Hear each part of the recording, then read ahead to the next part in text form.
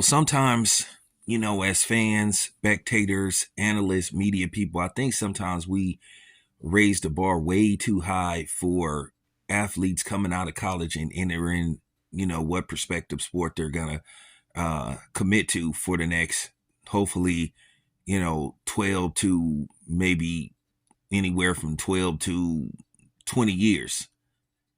And I think sometimes we're a little impatient.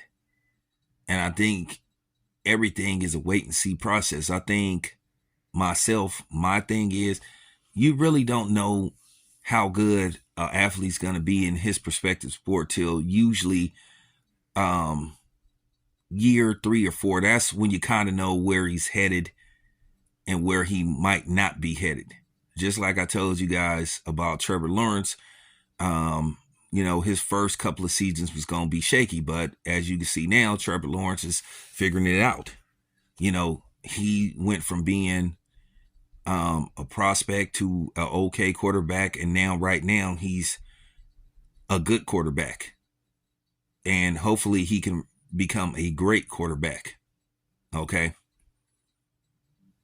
so that's what I'm saying. You have to be patient. You have to be patient, and I think with Victor Wembanyama, you know, um, y'all had the man already headed to the Hall of Fame before he even played um, one NBA game.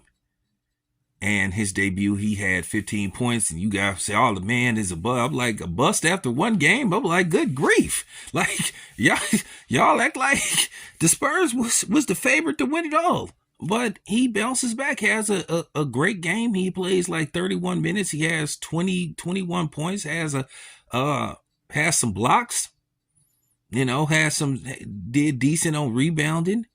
I even think he had a couple of steals. Listen, Wembanyama, he's a wait and see guy. And I know due to the fact that he's 7'5" and he's extremely athletic, at the end of the day, what's going to come down to, Victor Wembanyama is him being able to stay healthy. Took a good look at him. Legs is very frail. I think he needs to figure out to put some more weight on his legs. And then I think he also needs to gain about maybe 15 to 20 more pounds. I don't think he needs to, I'm not even going to say his name, I don't think he needs to get that muscular, but I just think he need to put on maybe about 15 to 20 more pounds. And then maybe as he gets older, maybe uh, additional 15 to 20 pounds. I think he needs to put on at least 40 more pounds because he is very frail. Now, I don't think he needs to put on 60 to 70, but I do think he needs to put on about maybe additional 40 pounds gradually as he grows into, his body. Keep in mind, he's still like, I think 19 years old and he's like 7'4". He might grow an additional 2 inches. Good grief. I think he's listed at what, 7'4"? He's listed at 7'4". So he might grow an additional 2 inches before he's 21. So he looked very solid. All I'm saying is let's be patient.